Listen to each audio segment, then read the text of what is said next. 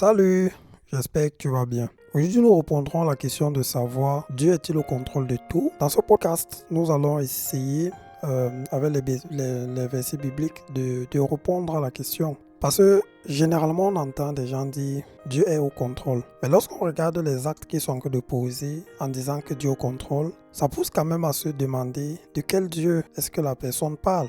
Est-ce Dieu tel qu'il se présente dans la Bible, ou alors est-ce Allah du Coran, ou alors est-ce Shiva du bouddhisme, ou alors la personne est juste en train de parler d'un Dieu imaginaire qui est au contrôle de ses actes qu'il est en train de poser. Dieu tel qu'il se présente dans la Bible est saint, c'est-à-dire qu'il est absolument pur et séparé de tout mal ou imperfection. Donc il est séparé du péché et ne peut être associé au péché.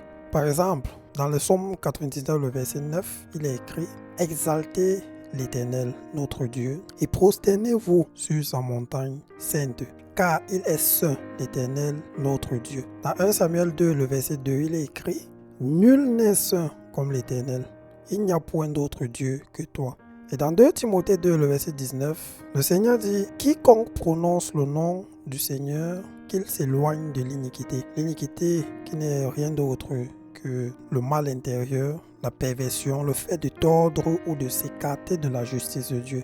En d'autres termes, c'est le fait de pratiquer le péché.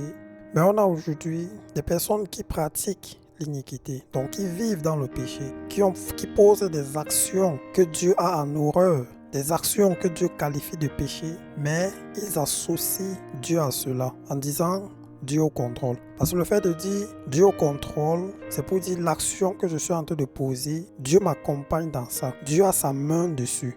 Comment une personne peut mentir et dire que Dieu est au contrôle? Comment quelqu'un peut forniquer, avoir des rapports sexuels hors mariage, alors que Dieu qualifie cela de péché et dit Dieu au contrôle? Comment quelqu'un peut pratiquer la masturbation, regarder la pornographie, pratiquer l'inceste et dire Dieu au contrôle? Comment quelqu'un peut voler ou être malhonnête et lorsqu'il n'est même pas attrapé dans l'acte qu'il a posé, il se reconforte en disant Dieu au contrôle? Comment quelqu'un peut suivre les traditions, les crânes, sachant que Dieu dit nul ne peut suivre 2 maîtres à la fois? Malgré ça dit Dieu est au contrôle. Est-ce possible que Dieu qui est saint puisse s'allier au péché? On comprend donc que Dieu ne contrôle pas, ou alors il n'a pas la main sur toutes les actions des hommes. Il y a des choses que les hommes font qui vont contre la volonté de Dieu. Déjà c'est un péché, et le fait d'associer même encore Dieu à cela, je ne sais pas si je vais dire c'est même un double péché. Donc, les hommes ont laissé la justice de Dieu pour créer leur propre justice, marcher comme ils veulent et croire que Dieu a la main dessus. Dans Romains chapitre 10, les versets 1 à 3, voici ce que la Bible dit. « Frère, le vœu de mon cœur et ma prière à Dieu pour eux, c'est qu'ils soient sauvés. Je leur rends le témoignage qu'ils ont du zèle pour Dieu, mais sans intelligence, ne connaissant pas la justice de Dieu et en cherchant à établir leur propre justice, ils ne se sont pas soumis à la justice de Dieu. » Donc, les gens ne veulent pas se soumettre à ce que Dieu dit, mais ils veulent créer leur propre loi, vivre comme ils veulent et associer Dieu à cela.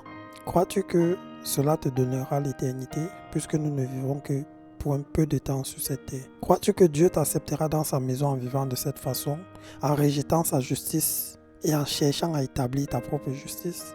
Dieu n'est pas au contrôle de l'iniquité dans laquelle tu vis. Dieu n'est pas au contrôle du péché dans lequel tu vis, car le péché, c'est la désobéissance à la loi de Dieu, à la parole de Dieu. 1 Jean 1, verset 4. Donc il est encore temps pour toi de te repentir. Il est temps pour toi de revenir à ton Créateur. Jésus a payé le prix à la croix pour toi et il peut te libérer de tous tes péchés. Il peut te régénérer et te donner une nouvelle vie. Tu n'as qu'à accepter l'appel que le Seigneur te lance. Si tu as des questions, n'hésite pas à nous contacter et nous échangerons davantage sur le sujet. Que Dieu te bénisse.